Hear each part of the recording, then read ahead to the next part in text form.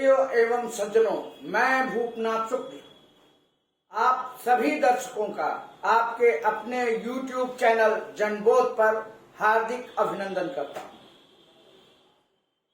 आज का विषय है सपा पार्टी की सोच महान, मुख्तार अंसारी हैं भगवान।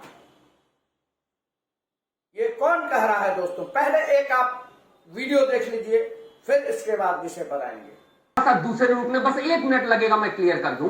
चाहे मुख्तार अंसारी साहब की बात हो या अतीक अहमद साहब की बात हो, ये जो विवाद में घसीटा जा रहा है, कोई भी व्यक्ति, हर बच्चे को पता है कि अगर यह विवाद जो मीडिया में दिख रहा है, ये मान लीजिए नहीं भी होता तो भी क्या हम मुख्तार अंसारी जी के भाई को, अतीक अहमद जी को टिकट ना देते? बिल्कुल देते ही देते, क्योंकि समाजवादी पार्टी के ये लोग सैद्धांतिक रूप से जुड़े हैं। दूसरी बात, मुख्तार अंसारी साहब, चाहे हो सकता है उनको 100 मुकदमे नहीं थे, वो सजायाफ्ता आप कह सकते हैं, कुछ भी जो मर्जी हो कहे, लेकिन आप ये नहीं कह सकते कम से कम 8 से 10 जिलों का मुस्लिम उन्हें भगवान जैसा मानता है, हम उनको शून्य नहीं कर। तो आपने ये वीडियो देखा, कैसे एक दुर्दांत अपराधी, इसके जो केस दर्ज हो सके हैं सिर्फ वही जनता के सामने हैं। कितने ऐसे हजारों लाखों केस जहां तक आम जनता की कानून तक पहुंच नहीं है, कितने केस हो गए अंदाजा भी लगाना आपको शायद संभव नहीं है। किंतु मैं इसी व्यक्ति का एक और वीडियो दिखाता हूं, फिर इसके बाद मैं विषय पर आऊंगा। मित्रों, साथियों, अग्रजों, सबको मेरा नमस्कार।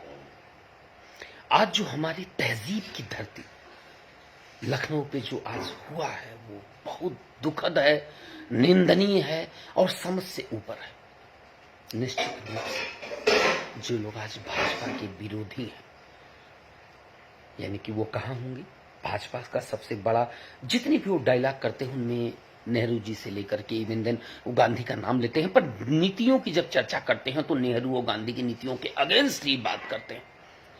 मैं एक बात कहना चाहूंगा कि आज अगर इस्लाम को मानने वालों को ये बताना चाहूंगा कि उनके हिसाब से मनुष्य के शरीर खत्म होता है, उसकी आत्मा कयामत के दिन तक और उसके बाद भी अनंत काल तक कायम रहती है, तो यानी कि नेहरू और गांधी जी की आत्मा कहीं तो होगी।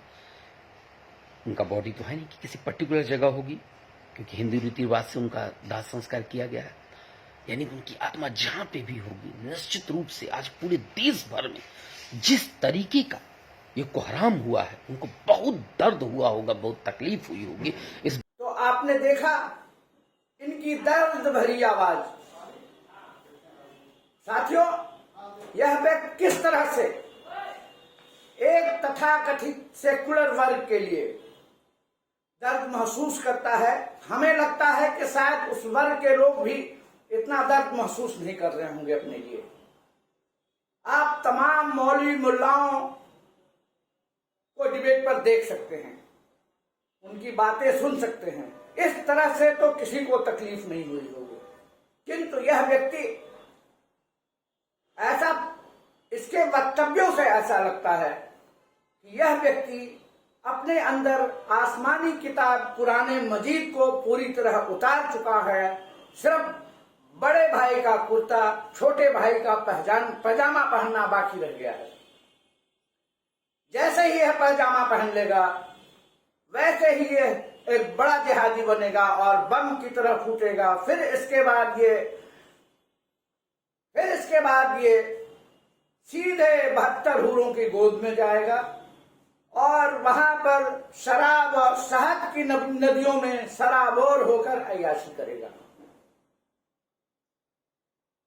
आप स्वयं अंदाजा लगाइए, जब इस तरह से किसी दुर्दांत अपराधियों, अनैतिक कार्यों का महिमा मंडन किया जाता है, तो देश समाज पर क्या फर्क पड़ता है, वो भी सेकुलरिज्म के नाम पर। सेकुलरिज्म शब्द इतना फ्रॉड शब्द है जिसका आप अंदाजा नहीं कर सकते। अब मैं आपको इनके मुख्य चरित्र पर आता हूं। ये महोदय जो है पार्टी के प्रबुद्ध वर्ग के प्रबुद्ध प्रकोष्ठ के प्रदेश प्रवक्ता हैं। प्रबुद्ध आप समझते हो सर्वज्ञ सर्वज्ञानी, उसके प्रवक्ता हैं ये प्रदेश प्रवक्ता। अब आप इनका ज्ञान भरी बातें आपने सुनी और आपको यह अंदाजा हो गया होगा किस तरीके से इन राजनीतिक पार्टियों द्वारा ये सेक्युलरिज्म का एजेंडा चलाया जाता है। बहरहाल ये आपके समझने का विषय है। मैं इनके कुछ और इतिहास पर विषय छोड़ना चाहता हूं जिसकी मैं चर्चा अगले एपिसोड में करूंगा। इनका खुद का चरित्र बनमारी लाल कंछल, जो यहाँ का व्यापार संघ का अध्यक्ष भी माना जाता है, अभी हर बार वो निर्विरोध ही चुना जाता है क्योंकि उसके सामने कोई खड़ा होने की हिम्मत ही नहीं करता। ये उसी के पुत्र के गैंग के एक अपराधी हैं। इनका कई अपराध हमारे पास है, मैं स्वयं भी पीड़ित हूं। इसी स्टूडियो में इनके पीड़ितों को भी मैं लाऊंगा, इनके कुकर्मों से एक एक करके पर्दा उठाऊंगा। इनका भी वही इतिहास है, सरकारी जमीनों को कब्जा करना, लोगों को ठगना और लोगों की संपत्तियों को जबरन अपने कब्जे में करना, किसी शिकायत पर विवेचना प्रभावित करना, आवश्यकता पड़ने पर इस बहरे प्रशासन की मदद लेते हुए किसी पर झूठी एफआईआर कर देना, किसी को जेल भेज देना, इनका प्रमुख एजेंडा है। जैसा कि आप मुख्तार अंसारी के संदर्भ में समझ रहे होंगे, सारी कहानी आपने सुनी होगी, देखी होगी। दोस्तों, मैं ये वीडियो लंबी नहीं करना चाहता, आज के लिए बस इतना ही। आज का कार्यक्रम खत्म करूं इससे पहले मैं फिर अपना वही नारा दोहराऊंगा, सब सुधरेंगे, 3 सुधारे, नेता कर कानून हमारे। मैं फिर माननीय योगी आदित्यनाथ जी से निवेदन करूंगा, यदि उनके ईगो को ठेस लगती है तब मुख्तार अंसारी किस तरह पंजाब से उत्तर प्रदेश आता है। ऐसे करोड़ों उत्तर प्रदेश के लोग जिनके दिलों को, जिनकी जीवन को ठेस लगी है, उनका क्या होगा, इस पर उन्हें विचार करना होगा। धन्यवाद। जय हिंद, जय भारत।